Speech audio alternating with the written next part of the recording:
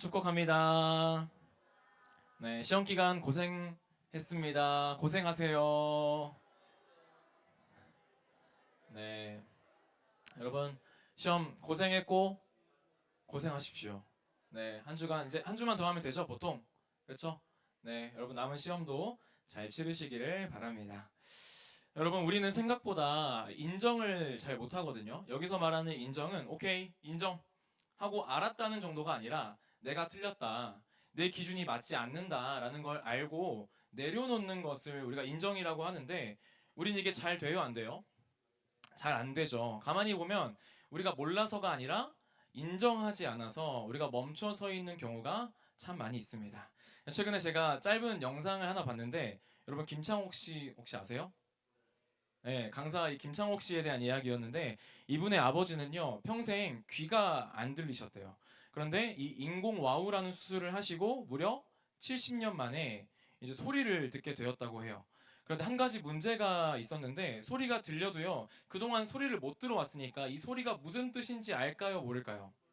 네, 우리가 소리가 들려도 이게 의미랑 잘 연결이 잘 안 되는 거예요.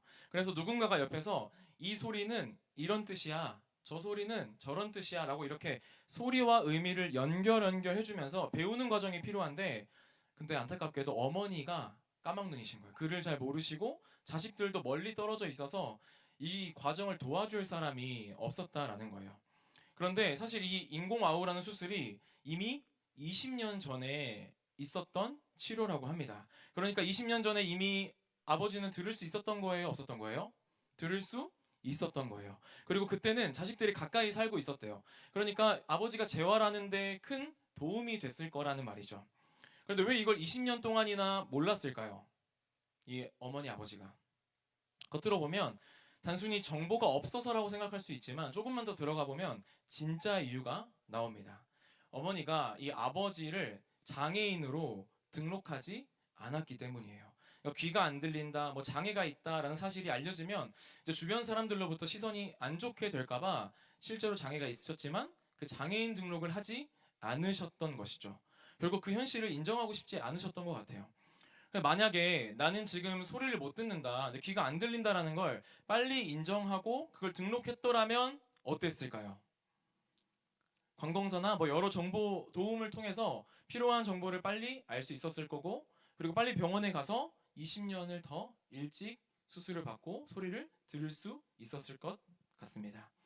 그런데 그걸 인정하지 못해서 시기가 20년이나 늦어졌고요. 재활도 훨씬 어렵게 되었다는 이야기를 이 김창옥 씨가 되게 울먹거리는 목소리로 막 이야기를 하시더라고요. 그러면서 마지막에 이런 말을 하시거든요. 우리는 인정해야, 인정할 줄 알아야 다음 단계로 갈 수 있습니다. 라는 이런 마지막 말을 남겼습니다. 이건 한 가정의 이야기이기도 하지만 어쩌면 우리의 이야기이기도 한 것 같아요. 여러분 우리 친구들 간에 아니면 연인들 간에 왜 싸워요? 왜 싸우세요? 네, 그쵸. 내 말이 맞아. 근데 말은 그렇게 하는데 사실 뭘 알고 있어요? 내가 틀렸다는 걸 알지만 뭐 하기 싫어서? 내가 잘못했다는 걸 인정하기 싫어서, 그래서 싸우는 거죠. 내가 잘못했다는 거 알고 내가 먼저 사과해야 되는 거 알지만 뭐 때문에? 내 알량한 자존심 때문에 인정하기 싫어서 싸움이 조금 해결될 문제가 더 커지게 되는 거죠. 여러분 그리고 우리가 또 내가 열심히 정해놓고 달려온 길이 있는데 어느 순간 이 길이 내 길이 아니구나 라고 하는 생각이 들 때가 있어요, 없어요? 있죠. 그런데 우리는 거기서 잘 멈추지 못해요. 왜 그럴까요? 지금까지 해왔던 게 아깝기도 해서도 맞지만, 그걸 인정하는 순간 뭘 부정하는 거예요? 내가 지금까지 걸어온 길이 잘못됐다는 걸 받아들여야 하기 때문에 우리는 그 길이 틀린 길, 나에게 맞지 않는 길인 걸 알면서도 그냥 계속 가는 거죠. 여러분 오늘 본문에 나오는 이 나아만이라는 사람이 딱 그런 자리에 서 있는 사람입니다. 자신이 처한 그 어려움을 해결할 수 있는 방법도 귀로 들었고요. 어떻게 해야 되는지도 알았어요. 그런데 뭐 하기 싫어서? 인정하기 싫고 내 생각을 내려놓기 싫어서 그 자리에 지금 멈춰 있습니다. 그래서 오늘 나아만의 이야기를 통해서 우리가 두 가지를 살펴보려고 하는데, 첫 번째는 왜 우리는 분명히 알고 있으면서도 은혜 앞에서, 하나님의 은혜 앞에서 멈추게 되는지, 그리고 하나님은 그렇게 멈춰서 있는 사람을 또 다시 어떻게 움직이게 하시는지 이 두 가지를 우리가 본문을 통해서 같이 살펴보도록 하겠습니다. 우리 오늘 1절 말씀 같이 읽어볼까요? 1절입니다. 1절 시작. 군대 장관 나아만은 그의 주인 앞에서 크고 존귀한 자니 이는 여호와께서 전에 그에게 아람을 구원하게 하셨습니다. 그는 큰 용사이나 나병 환자더라. 아멘. 여러분 1절에는요 나아만이라는 사람이 등장하고요. 이 사람은 아람이라는 나라의 군대 장관이었어요. 여러분 군대 장관이면 어떤 자리죠? 뭘 이끌어요? 전쟁을 이끌고 승패를 좌우하고 왕이 가장 신뢰하는 사람이 바로 군대 장관입니다. 그래서 성경은 이 사람을 지금 뭐라고 소개하고 있어요? 수식어가 뭐가 있죠? 크고 존귀한 자 그리고 큰 용사라고 소개하고 있습니다. 그러니까 이 군인으로서 이룰 만한 거, 이룰 수 있는 건 다 이룬 사람이 바로 나아만이었다라는 것이죠. 그런데 여러분 이 사람을 설명하면서 마지막에 어떤 한 문장이 붙죠. 뭐래요? 그는 큰 용사이나 무슨 환자더라? 나병 환자더라. 그러니까 이것은 이 사람이 갖고 있는 근본적인 한계예요. 겉보기에는 어때 보여요? 다 갖추고 있는 사람처럼 보이지만 자기 힘으로 도저히 해결할 수 없는 문제가 나아만에게 있었다는 것이죠. 여러분 나병이 어떤 병인지 아세요? 지금은 한센병이라고 불리고 지금은 완치가 가능한 병인데 그 당시에 의료 기술로는 완치가 또 치료가 불가능한 병이었습니다.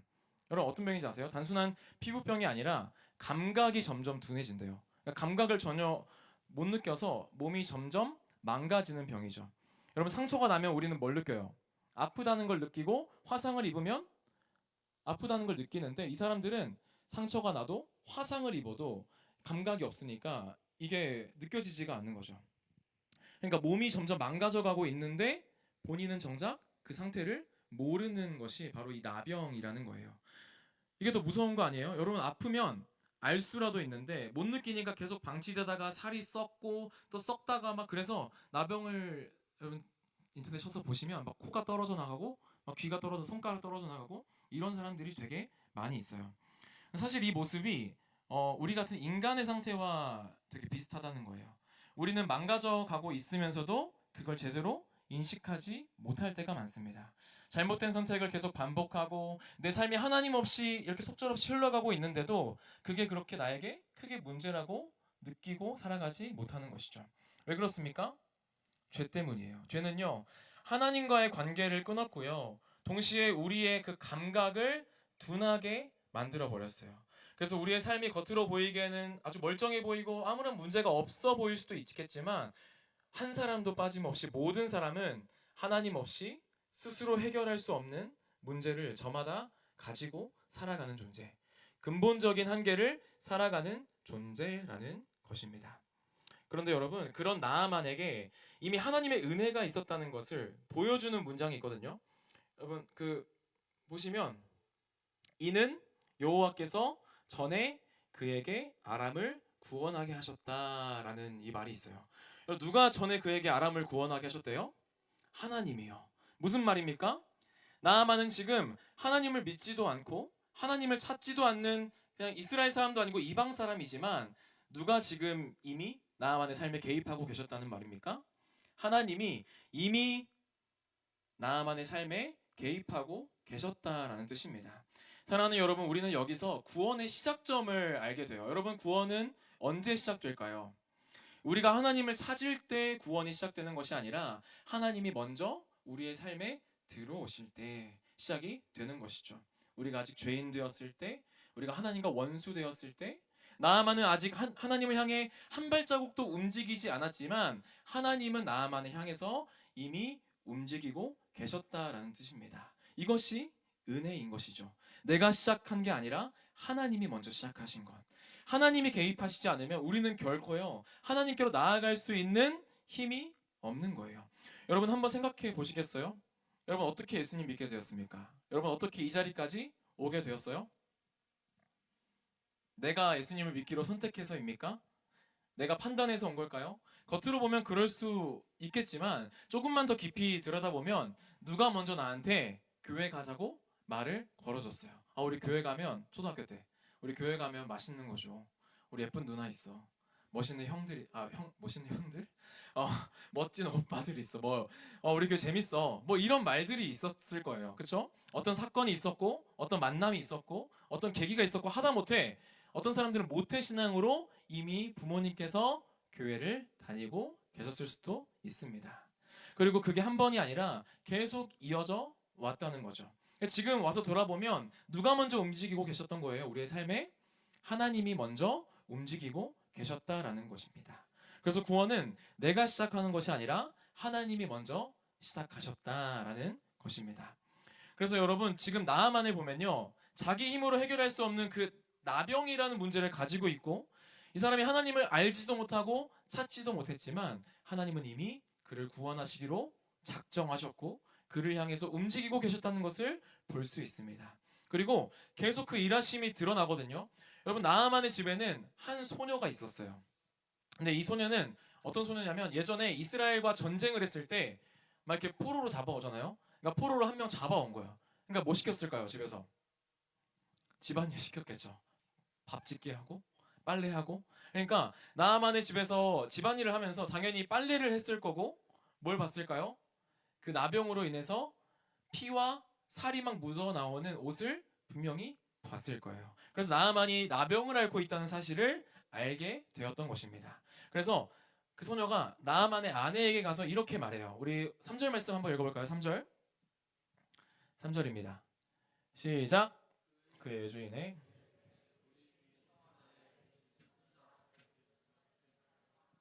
그가 그 나병을 고치리이다 하는지라. 아멘. 여러분 여기서 고치리이다라는 말은 미완료형이거든요. 그러니까 우리 주인이 사마리아에 계신 선지자에게 가면 아마도 고쳐주실 수 있을 거예요 라고 하는 정도가 아니라 반드시 고쳐질 것입니다 라는 믿음이 담겨있는 표현이라는 거예요. 그러니까 이 소녀에게는 그냥 정보를 알려주는 게 아니라 하나님이 반드시 나의 주인 이 나아만을 반드시 고칠 수 있다는 믿음을 가지고 그 하나님을 누구에게 연결시켜주고 있는 거예요? 나아만에게 연결시켜 주고 있는 거예요. 여러분 우리는 여기서 한 가지 대비를 볼 수 있는데 누구와 누가 대비돼요? 다 가진 나아만과 아무것도 없는 노예인 한 소녀가 대비가 되죠. 그런데 지금 누가 하나님을 붙들고 있습니까? 아무것도 가지지 못한 노예인 한 소녀가 하나님을 붙들고 있습니다. 이것은 하나님과의 관계는 뭐 어떤 사회적인 조건이나 뭐 가지고 있는 위치나 이런 걸로 결정되지 않고 누가 하나님을 신뢰하느냐라는 것을 보여주는 거예요. 여러분 나아만을 보세요. 모든 거 다 가진 사람이잖아요.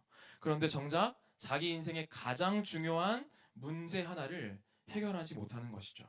스스로 해결할 수 없는 그 문제를 붙들고 있습니다. 그런데 하나님은 이미 그 문제를 향해서 일하고 계셨다는 거예요. 누구를 통해서? 아무런 힘도 없는, 이름도 나오지 않는, 이 성경에 이름도 나오지 않는 한 소녀를 통해서 나아만에게 그 은혜의 길을 조금씩 열어주고 계신 것이죠. 자, 이제 이렇게 하나님이 먼저 길을 열어 놓으셨어요. 그렇다면 그 앞에 서 있는 나아만은 어떻게 반응했을까요? 하나님이 먼저 시작하셨을 때 인간은 과연 어떤 반응을 보일까요? 여러분 병이 점점 악화되어져 가는 자신의 모습을 보면서 불안함을 느꼈는지 뭐 아니면 지푸라기라도 잡고 싶은 그러한 심정이었는지 정확하게 알 수는 없지만 어쨌든 나아만은 움직이기 시작해요. 어디로 발걸음을 옮길까요? 이스라엘로 떠날 준비를 합니다. 그런데 여러분 이 장면을 보면 이 발걸음 안에는 이미 중요한 한 가지 문제가 들어있는데 우리 5절과 6절 말씀 같이 한번 읽어볼까요? 5절 6절입니다. 시작. 아람 왕이 이르되 갈지어다 이제 내가 이스라엘 왕에게 글을 보내리라 하더라.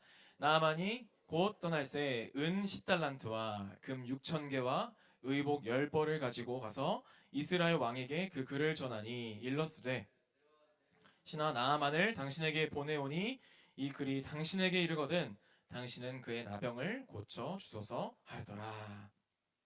여러분 나아만 지금 뭘 준비해서 가고 있어요? 왕을 통해서 공식 문서를 준비했고요. 그리고 엄청난 양의 재물을 들고 갑니다. 은 10달란트와 금 6,000개를 지금 기준으로 보면 은이 자그마치 350kg이래요. 그리고 금은 약 69kg이라고 합니다. 여러분 지금 은값 지금 막 폭등하고 있는데 지금도 비싼데 이때는 얼마나 더 비쌌겠어요, 그렇죠? 그러니까 나아만이 얼마나 자기의 병이 낫고 싶은 그 마음이 이 지금 재물의 양에 들어 있는 거예요. 그럼 그 마음이 느껴지세요?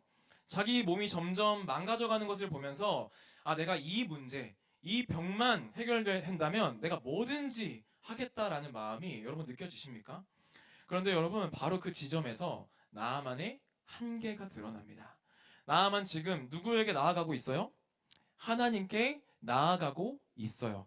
방향은 맞는 것처럼 보이는데 뭐가 틀려요? 그 방식이 틀렸다라는 것이죠. 이 사람은 하나님께 나아가고 있으면서도 여전히 하나님께서 원하시는 방식이 아니라 자기의 방식으로 가고 있는 거예요. 여러분 나아만은 평생 이렇게 살아온 사람일 거거든요. 문제가 크면 더 많은 걸 내놓으면 해결된다. 네, 한번 읽어볼까요? 시작. 문제가 크다면 더 많은 걸 내놓으면 해결된다. 여러분 전쟁도 그냥 이기는 게 아니잖아요. 뭐가 필요해요? 더 많은 군사가 필요하고 더 좋은 무기가 필요하고 더 치열한 전략이 필요하죠. 그러니까 나아만은 그렇게 싸워서 지금까지 이겨왔던 사람이고 그 방식으로 군대 장관이라는 자리까지 올라온 사람이에요. 그러니까 지금도 똑같이 생각하고 있는 거죠. 내 병이 이만큼 심각하니까 그에 맞는 큰 대가를 치르면 이 문제가 해결될 것이다. 이게 나아만의 생각이었고 나아만이 지금까지 살아왔던 방식이었습니다. 여러분 근데 나아만이 충분히 이해가 되는 게 세상이 사실 그런 방식으로 흘러가잖아요. 여러분 그런 말 들어보셨어요? 돈으로 해결되지 않는 문제가 있다면 뭘 생각해봐라? 다 아시네요. 네. 돈으로 해결되지 않는 문제가 있다면 혹시 그 돈이 부족하진 않은지 생각해보자 라는 말이 있습니다. 그래서 중요한 문제일수록 우리가 더 큰 대가를 치르고 더 많은 투자를 해야 더 큰 결과를 얻는 것이 세상의 이치인 것이죠. 여러분 우리도 그렇게 사실 살아가고 있잖아요. 그런데 그 문제는 무엇이냐면 그 방식을 누구 앞에 나아올 때도 그대로 가져간다는 게 문제예요. 하나님 앞에 나아갈 때도 그대로 그 방식을 가져온다는 게 문제입니다. 여러분 지금 나아만은 하나님께 나아가고 있어요. 그런데 무엇을 하러 가고 있습니까? 하나님을 만나러 가요? 하나님을 만나러 가는 게 아닙니다. 하나님께 맡기러 가는 것도 아니고요. 뭘 해결하러 가요? 그냥 내 문제를 해결하러 가고 있는 거예요. 더 정확하게는 치료를 받으러 가는 게 아니라 치료를 돈 주고 사러 가고 있는 것이죠. 여러분 이 차이가 굉장히 중요한데 여러분 받는 것과 사는 것은 완전히 다른 거잖아요. 여러분 받는 것과 사는 것 완전히 다른 거잖아요. 누군가 여러분에게 선물을 주려고 해요. 아니다. 여러분이 누군가에게 선물을 주려고 해요. 근데 그 사람이 이걸 받으면서 아 근데 이거 얼마짜리예요? 하면서 아 그럼 그 돈 제가 드릴게요. 하면서 그 돈 줬다고 생각해 보세요. 여러분 그 순간 그건 뭐가 돼요? 선물이 아니라 거래가 되어 버리는 것이죠. 지금 나아만이 그런 상태인 거예요. 사랑하는 여러분, 은혜가 뭡니까? 여러분 은혜가 뭐예요? 내가 개입하기도 전에 하나님께서 먼저 시작하신 것이 은혜입니다. 반대로 거래는 무엇일까요? 내가 개입해서 내가 결과를 만들어내려고 하는 것이 거래이죠. 그러니까 지금 나아만의 문제는 무엇이냐면 그냥 거저받는 그 은혜의 방식을 전혀 이해하지 못하고 내 방식 그대로 아, 이 정도의 문제를 해결하려면 내가 이 정도는 해야겠구나 라고 하는 그 방식을 들고 하나님께 나아가고 있다는 것이 문제입니다. 하나님 앞에서 여전히 내가 할 수 있는 것, 내가 내놓을 수 있는 것, 내가 계산할 수 있는 것들을 붙들고 있다는 것입니다. 그리고 이건 나만 혼자만의 문제가 아니라 사실 우리가 다 가지고 있는 문제이기도 해요. 죄의 특징은 자기 중심성이기 때문에 모든 거를 다 나를 중심으로 해석하고 내 방식과 내 판단을 기준으로 삼습니다. 그래서 우리가 하나님이 없다고 말하지는 않더라도 실제로 우리들의 삶을 보면 내가 하나님의 자리에 앉아 있는 상태, 그 상태가 바로 죄라는 것이죠. 그래서 이 지금 나아만은 움직이긴 하지만 여전히 중심이 바뀌어 있지 않고 자기 방식이 그대로 살아 있다는 걸 우리는 발견할 수 있어요. 그래서 아직 은혜를 받을 수 있는 자리에 서 있지 않다는 것이죠. 왜일까요? 여러분, 은혜는요, 뭔가를 우리가 쥐고 있는 상태에서 받을 수 있는 게 아니기 때문입니다. 내가 쥐고 있는 걸 내려놓을 때, 내가 할 수 있는 게 하나도 없다고 하나님 앞에 두 손 들고 항복할 때 받는 것이 은혜인 줄 믿습니다. 그래서 예수님이 뭐라고 말씀하세요? 자기를 부인하라고 말씀하시잖아요. 이건 뭐 대단한 겸손을 요구하는 게 아니라 너희들이 맞다고 생각하는 거, 너희들이 정답이라고 생각하는 그것을 붙들고 있는 걸 내려놓으라고 하는 거예요. 근데 사람들은 이걸 제일 싫어하죠. 그래서 그 다음 장면을 보시면 이 나아만의 본 모습이 그대로 드러나게 됩니다. 여러분, 오늘 말씀 10절 11절 같이 읽어볼게요. 10절 11절 시작. 엘리사가 사자를 그에게 보내 이르되 너는 가서 요단강에 몸을 7번 씻으라. 내 살이 회복되어 깨끗하리라 하는지라. 나아만이 노하여 물러가며 이르되 내 생각에는 그가 내게로 나와서서 그의 하나님 여호와의 이름을 부르고 그의 손을 그 부위 위에 흔들어 나병을 고칠까 하였도다. 아멘. 요단강에 가서 7번 몸을 씻으십시오. 그러면 당신의 나병이 나을 것입니다. 여러분, 이 강에서 7번 목욕하는 거 딱 생각해 봤을 때 쉬운 일이에요? 어려운 일이에요? 내가 원하던 대답이 아닌데? 네. 다시 물어볼게요. 요단강에 가서 7번 목욕하는 거 쉬운 일이에요? 어려운 일이에요? 쉬운 일이죠. 그리 어려운 일이 아닙니다. 뭐 목욕하는 게 뭐가 어려워요? 여러분 맨날 샤워하잖아요. 안 하세요? 네, 알겠습니다. 그러면 어렵겠네요. 네, 요단강에서 뭐 10분 동안 잠수를 해야 됩니다. 뭐 물구나무 서서 7번 씻으세요. 뭐 이런 거라면 어려웠겠지만 뭐 요단강에 가서 7번 씻으라는 건 조금 과장을 보태서 시호도 할 수 있습니다. 네. 근데 나아만의 반응은 어때요? 뭐예요? 나아만의 반응은 어때요? 화를 내고요. 다시 돌아가려고 해요. 왜 그럴까요? 뭐 이렇게 쉬운 일인데 나아만은 화를 내면서 다시 돌아가려고 할까요? 성경은 딱 한 문장으로 말해준데 여러분 11절을 다시 보면요.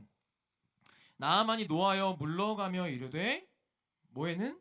내 생각에는 내 생각에는 그가 내게로 나와서 그의 하나님 여호와의 이름을 부르고 그의 손을 그 부위 위에 흔들어 나병을 고칠까 하였도다 라고 말합니다. 여러분, 내 생각에는 이게 전부예요. 여러분, 방법이 문제가 아니라 그냥 나만이 생각하고 있는 그 생각, 그 고집이 내려가지 않았다는 게 문제인 것이죠. 나아만은 자기가 기대하고 있던 어떤 치료의 방식이 있었던 거예요. 엘리사가 나와서 하나님의 이름을 부르면서 그 나병의 부위에 손을 얹고 막 안수하면서 뭔가 있어 보이는 방식으로 치료해 줄 것이라고 생각했던 거죠. 그런데 막상 말하는 게 그게 방식이 아니니까 뭐 하는 거예요? 거부하는 거죠. 화를 내면서 돌아가려고 합니다. 그래서 나아만은 하나님을 거부한 게 아니라 하나님의 방식을 거부하고 있는 것이죠. 여러분, 그래서 우리가 문제는요, 몰라서가 아닌 것 같아요. 이미 병이 나을 수 있는 방법을 듣고요, 그것을 알고 있어도 하지 않는 것이죠. 왜요? 그렇게 하면 내 생각, 내가 생각했던 그 방식이 틀렸다는 걸 나만이 인정해야 하기 때문입니다. 아니, 우리의 속국인 이스라엘의 한 사람 따위가 하면서 이 고집을 내려놓지 못하는 거죠. 그래서 이건 능력의 문제가 아니라 방향의 문제예요. 우리가 못해서가 아니라 내려가기 싫어서, 놓기 싫어서, 인정하기 싫어서 그 자리에 멈춰 있는 것이죠. 우리도 하나님을 안 믿는다고 말하진 않잖아요. 여러분, 하나님 안 믿는 사람 있으세요? 네. 그런데 우리의 모습을 돌아보면 내 기준과 그 하나님의 방식이 좀 맞지 않을 때 우리 자꾸 그 자리에서 멈춰서요. 꼭 어려워서도 아니고 방법이 없어서도 아닙니다. 생각보다 단순한데 그걸 받아들이지 못하고 멈추는 것이죠. 왜요? 내가 틀렸다는 걸 그 자리에서 인정하는 게 나에게 너무 어려운 거죠. 이게 죄의 본성이니까, 죄의 특성이니까. 그래서 하나님 이건 아닌 것 같아요. 이게 더 낫지 않나요? 제가 생각한 이 방식이 더 선하고 지혜롭지 않나요? 라고 하나님께 막 물어보는 거예요. 그래서 뒤에 보면요, 나아만이 다메섹 강이 더 낫지 않나? 요단강보다 다메섹 강이 더 낫지 않냐? 라고 말하는 것도요, 같은 맥락이죠. 결국 뭐가 맞다는 거예요? 내 생각, 내 방식이 맞다는 거예요. 하나님이 이 은혜를 진짜 코앞에 두었어요. 그냥 들어가서 7번 씻기만 하면 지금까지 그렇게 고통스럽고 고민하고 이걸 어떻게 해결할까 막 전전긍긍하며 살아왔던 그 문제가 한 번에 해결될 텐데, 그 내 고집, 내 아집, 내 생각, 내 방식을 내려놓지 못해서 멈춰 서 있는 것이죠. 그렇다면 이렇게 멈춰 서 있는 이 나아만, 그리고 우리 같은 사람을 하나님께서 어떻게 다시 움직이게 하실까요? 여러분, 다음 장면을 보면요, 나아만의 부하들이 이 나아만에게 다가와서 이렇게 말하거든요. 우리 13절 같이 한번 읽어보겠습니다. 13절입니다. 시작. 내 아버지여, 선지자가 당신에게 큰 일을 행하라 말하였더라면 행하지 아니하였으리까 하물며 당신에게 이르기를 씻어 깨끗하게 하라 함이리까 하니. 여러분, 나아만은 이미 뭐 할 준비가 돼 있었어요? 돌아설 준비가 되어 있었어요. 화를 냈고 떠나려고 했고 자기의 생각을 끝까지 붙들고 있었습니다. 그런데 이 부하들의 이 말을 듣고요, 멈춰서 다시 생각해 보는 거예요. 여러분, 저는 이게 부하들의 말이기도 하지만 저는 분명히 하나님께서 부하들을 통해서 나아만을 붙드시는 장면이라고 생각합니다. 자기 고집 때문에 또다시 돌아서려고 하는 나아만의 인생에 하나님께서 포기하지 않으시고 계속해서 그의 인생에 개입하고 계시는 것이죠. 이게 하나님이 붙드시기로 작정하신 사람을 향한 하나님의 열심이라는 거예요. 여러분, 그래서 구원이라는 것이 한 번의 사건으로 끝나지 않습니다. 하나님은요, 우리에게 계속해서 말씀하시고 우리를 계속 건드리시고 우리가 자꾸 곁길로 나아갈 때마다 우리를 계속 이렇게 팔꿈치로 쳐서 다시 곁길로 새지 않도록 인도해 주시는 그런 분이시라는 거예요. 처음에는 이름 없는 한 소녀를 통해서 나아만에게 말씀하셨고, 그 다음에는 엘리사를 통해서 말씀해 주셨고, 그리고 지금은 누구를 통해서? 가장 가까이에 있는 그의 부하들을 통해서 하나님이 계속해서 끊임없이 말씀하신다라는 것이죠. 여러분, 이것도 은혜입니다. 한 번 기회를 주고 너 거절해? 그래, 나 다른 사람 구원할게. 이런 게 아니라 한 번 구원하기로 작정한 그 사람을 놓을 수가 없어서 계속해서 붙들고 가시는 은혜인 것이죠. 그래서 결국 나아만은 어떻게 합니까? 그 은혜를 이기지 못하고 결국 요단강으로 발걸음을 옮깁니다. 그리고 뭐예요? 몸을 7번 담궈요. 우리 14절 말씀 같이 읽어보겠습니다. 14절입니다. 시작. 나아만이 이에 내려가서 하나님의 사람의 말대로 요단강에 7번 몸을 잠그니 그의 살이 어린아이의 살같이 회복되어 깨끗하게 되었더라. 아멘. 여러분, 이 본문의 순서를 보면 7번 몸을 푹 담그니 그 다음에야 그의 살이 회복되었다라고 말합니다. 그래서 여러분, 본문의 흐름을 보면요, 이렇게 원문으로 보면 뭐 한 번, 두 번, 세 번, 네 번 잠글 때마다 조금씩 그의 살이 나은 게 아니라 6번까지 똑같아요. 근데 7번을 하고 나오니까 그때서야 살이 낫게 되고 병이 낫게 되었다라는 거예요. 여러분 같으면 여러분 몇 번째에서 멈췄을 것 같아요? 계속 변화가 안 돼. 그러니까 6번째까지는 변화가 안 돼. 여러분이라면 몇 번째에서 멈췄을 것 같으세요? 나는 3번째 정도에서 멈췄을 것 같다. 나는 6번까지 다 해보고 6번 해보고 안 돼서 돌아갔을 것 같다. 네, 좋습니다. 아마 우리는 뭐 5번, 6번쯤 됐을 때 역시 내가 맞았어. 요단강은 답이 아니야. 다메섹강에서 목욕하자 하면서 거의 확신했을걸요. 그런데 나아만은요, 7번째까지 갑니다. 왜일까요? 하나님이 원하시는 것은 그냥 한번 해보는 것이 아니라 그 말씀을 따라서 끝까지 따라가는 것이었기 때문이죠. 여러분, 왜 우리는 자꾸 하나님의 뜻을 따라가지 못하고 중간에 멈출까요? 그 6번째까지 아무런 변화가 없는 것처럼 우리의 삶에 하나님의 뜻을 따라 사는 게 아무런 변화가 없어 보이기 때문이에요. 그래서 자꾸 무슨 생각이 들어요?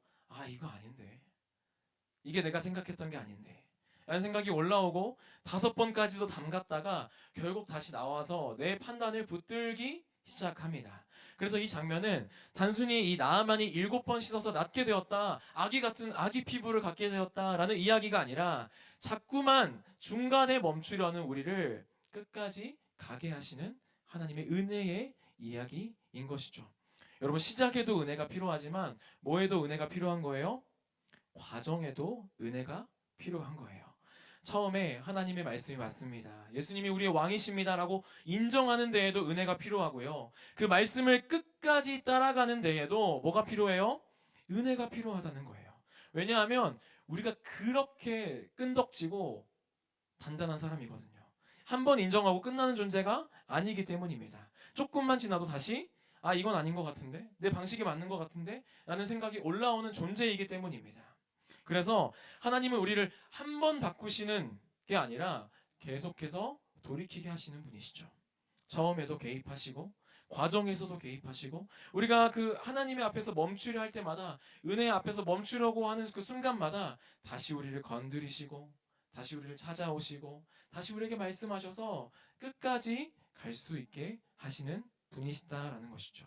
사랑하는 여러분, 그래서요, 오늘 이야기, 이 나아만의 이야기는 나아만이 순종해서 나음을 얻었다, 나아만이 잘했다, 나아만의 믿음이 좋았다, 이러한 이야기가 아니라 그 부족하고 믿음 없던, 의심하던, 자기 고집을 내려놓지 못하던 그 나아만을 끝까지 포기하지 못하시고 붙드신 하나님의 이야기인 줄 믿습니다. 여러분, 말씀을 정리하도록 하겠습니다. 사실 제가 처음에 이 설교의 제목을 생각할 때 이거였어요. 제가 혹시 안 드렸죠? 네, 모르는 게 아니라 하기 싫은 거잖아. 뭐라고요? 모르는 게 아니라 하기 싫은 거잖아. 이렇게 이제 설교 제목을 하려고 했어요. 이게 좀 더 나은가요? 네, 조금 센 것 같아가지고 이게 어른들 주보에서 나오거든요. 그래서 조금 센 것 같아서 좀 바꾸긴 했는데, 가만히 생각해 보면 우리 상태를 되게 정확하게 짚는 말인 것 같아요. 우리는 모르는 사람들은 아니죠. 어느 정도 알아요. 뭐가 맞고 우리가 어디로 가야 되고 어떤 선택을 해야 되는지 어느 정도는 다 압니다. 신앙에 짬바가 있기 때문이죠. 그런데 이상하게 거기서 자꾸 멈춰요. 왜요?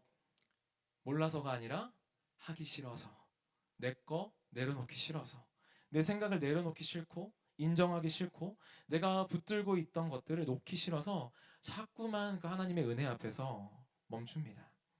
그래서 생각보다 신앙이 막 쭉 앞으로만 가지는 않는 것 같아요. 은혜로 시작하긴 했는데 조금 지나면 또 내 생각이 올라오고 또 멈추고 또 내 걸 붙들고 있는 나를 발견합니다.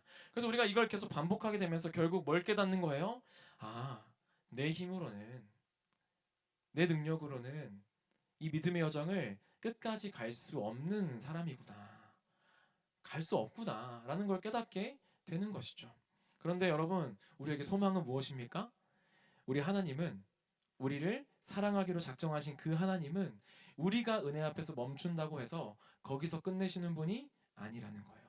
우리가 돌아선다고 해서 그래, 너와 나의 관계 여기서 끝이야, 손절하시는 분이 아니라 우리가 귀찮을 정도로 끈질기게 추격하시고 찾아오셔서 계속 말씀하시고 다시 생각나게 하시고, 뭐 옆에 있는 우리 사람들을 통해서, 상황을 통해서 우리를 계속해서 건드리십니다. 포기하지 않으시고 끝까지 붙드신다는 거예요. 여러분, 이게 은혜이고요. 그 은혜가 가장 분명하게 드러나게 하신 분이 바로 예수 그리스도이시라는 것이죠. 우리는 매번 멈추지만요, 예수님은 그 멈춘 우리의 자리를 끝까지 가신 분이십니다. 우리가 멈춘 그 자리를 넘어서 끝까지 순종하신 분이 우리의 주 예수 그리스도이십니다. 우리가 통과하지 못한 그 길을 대신해서 끝까지 가신 분이시라는 것이죠. 그래서 지금도 그 예수 그리스도를 통해서 우리 안에 계신 성령께서 우리 안에서 계속 일하신다는 것이죠. 성령님은 어떤 일을 하시냐면, 우리가 자꾸 은혜 앞에서 멈추려고 할 때마다 생각나게 하시고요, 다른 길을 가려고 할 때마다 다시 방향을 틀어주시는 분이십니다. 그래서 여러분, 우리의 신앙은 내 힘과 내 능력과 내 기준을 막 붙들고 버티는 그러한 싸움이 아니라 하나님이 나를 붙들고 끝까지 가시는 이야기인 줄 믿습니다. 그런데 여러분, 우리에게 질문이 남아있죠. 왜 우리는 여전히 하나님을 믿긴 하지만 내려놓지 못할까요? 왜 계속 내 고집과 내 방식을 붙들고 있을까요? 그 이유는 무엇이냐면, 우리가 아직 더 좋은 것을 아직 분명하게 보지 못했기 때문입니다. 여러분, 새 차를 사면 그 전차가 생각날까 안 날까요? 안 나요. 처음에 조금 그랬긴 하는데 정이 있어가지고 새 차를 사면 금방 옛 차가 생각이 안 난대요. 새 핸드폰을 사면 전에 쓰던 폰 생각나요, 안 나요? 와, 이렇게 빠른 거였어 핸드폰이 하면서 새 폰이 예전 폰이 전혀 기억이 안 나는 것처럼 사람은 억지로 내려놓지는 못합니다. 뭐 할 때 우리가 더 좋은 것을 보면 자연스럽게 내려놓을 수 있는 힘이 생기는 것이죠.